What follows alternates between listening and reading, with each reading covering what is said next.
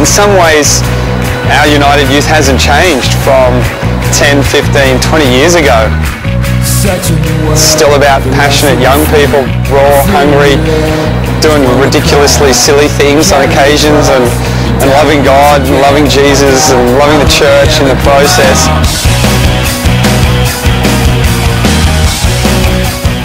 It's more than a youth group, it's become a youth movement. There's no set way of doing it. It's something funny is always kind of happening. The message doesn't change, but the methods do. Well, I pray that the passion and the commitment and the raw hunger for God hasn't changed.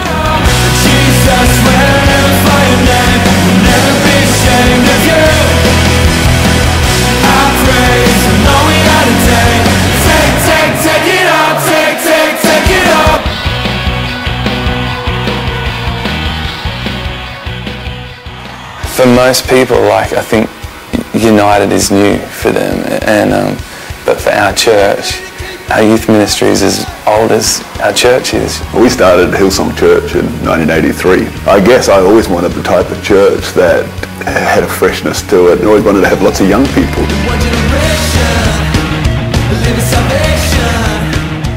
The first youth meeting I went to was at Pastor Brian's house, and he had his guitar and he led the worship.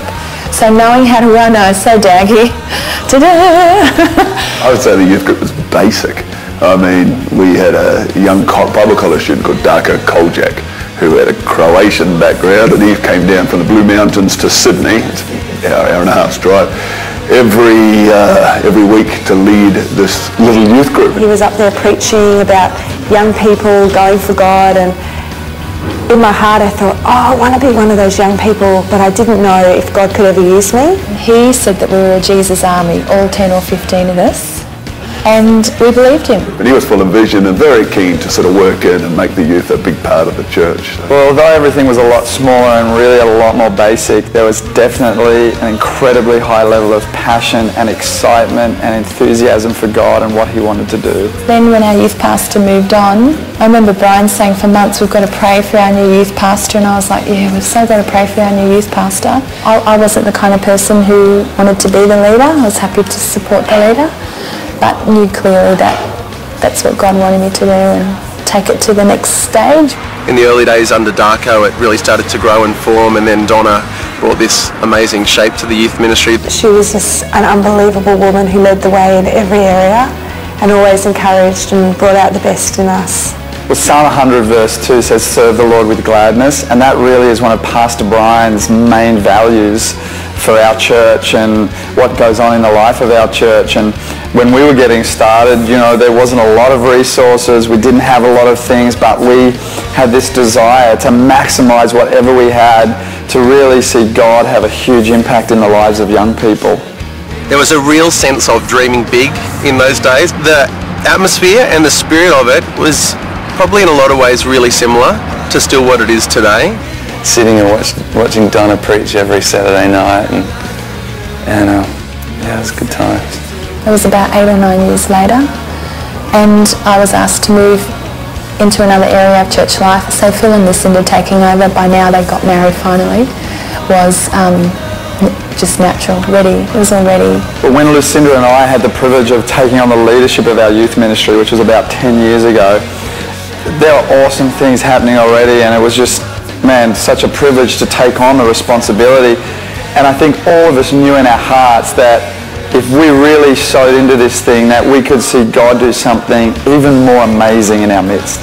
I just remember Phil and Lucinda taking on the youth ministry. It was all like a really big deal. Like Phil and Lucinda were taking over the youth ministry. We were just so excited. We could not believe the opportunity that had come our way, and just wanted to build an incredible army of young people who would change the face of the earth.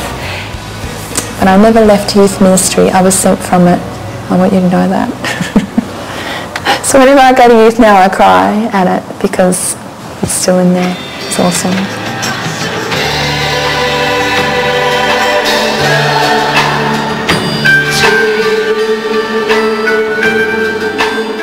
The youth group I came from was like 4 people, so it was like the biggest change to go from like 4 people to hundreds of people. I've been in the church basically my whole life, so as soon as I was old enough, I wanted to be in the youth ministry. I kind of started going to youth like when I was about a year too young to go, just because I wanted to be one of the big kids. I don't know if it was Phil or Matt, like one of those guys came and picked me up and felt like you're just going to love, youth, it's just going to be great. It was cool though, it was small and it was kind of family, I guess. I don't know, like it's just one of those things where you immediately feel at home, all the young people are really pumped to be there and, seeking God really hard out. I was just like, these people are just absolutely crazy, it's weird that people like God and that they're kind of normal kind of people. Like you never knew what was going to happen, but I kind of think like our youth leaders didn't know what was going to happen either. They're just kind of like everyone would get together and it was just anything could happen and probably did. Well, one thing we really said was youth group cannot be boring. I mean, we just had to be committed to making youth group the most fun place to be. Christians don't have to be boring! We are exciting people! Get out there, man! It was always fun. Even when it was small, even when everything went wrong, look at Phil's personality. It was always fun, even when it went tragically wrong. In fact, that was often why it was fun. It was always about making youth just the best it could be. We wanted it to be large, we wanted it to be fun, we wanted it to have such a sense of God. I remember before youth all day, just crying out to God for the night, and being so hungry but just scared as anything that it wouldn't work. It was really exciting and really scary kind of times because we literally sit around after a youth night and we go, man, what can we do next week to make sure kids are going to come back? There was a real excitement and an expectancy, and to be part of the youth ministry was just it was just fun. And we really got passionate not just about doing a great youth ministry, but about equipping young people to reach their friends. Like most youth ministries in the early days, the idea of getting into schools was to get the youth pastors and the youth leaders out there to reach kids. But as time went by, we started to realise that we didn't need to get into schools in a sense if our students are already in the schools. Well, for me to go into a high school, there is a level of effectiveness in the way I can relate to young people. But when a young person, a student in a high school, understands that they can be a missionary in that high school, I'll tell you what, they can have more impact in that school than I ever could. Pretty much we decided that what we had here at Wildlife and at United, we wanted to take it to our schools. We wanted to see young kids' lives changed. And so with me and a group of guys and girls from my school, we just decided that we're going to put something on for the students that they'd love and also that could change their lives and change our school. We started off with about 10 of us, and by the end of the year we had at least 70 people coming along, and it really changed the school, and not just when I was there, but also the lunchtime group's still going and seeing it grow and just keep moving forward, and it's just had an awesome impact. Well, as things were continuing to grow with the high school youth ministry, we had to keep looking for new venues. And I remember we went from one place into this old hairdressing salon that no one wanted to lease. We did a big renovation on it. Well, we thought it was big. We painted every wall a different colour. We thought that was pretty cool. Maybe it was back in the 90s. And after we kind of outgrew that, we then moved upstairs. And we met in what was the preschool, the toddler's room. The whole group fitted in the little children's creche room with hand paintings on the wall. It's like the most uncool room to run youth ministry in.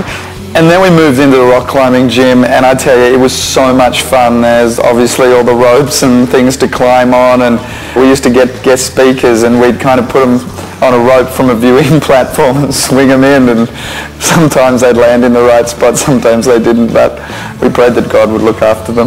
Well, we wanted young people to see that God was exciting and it was fresh and other ways of doing it. We always throw a video in there or a song or something to really mix it up.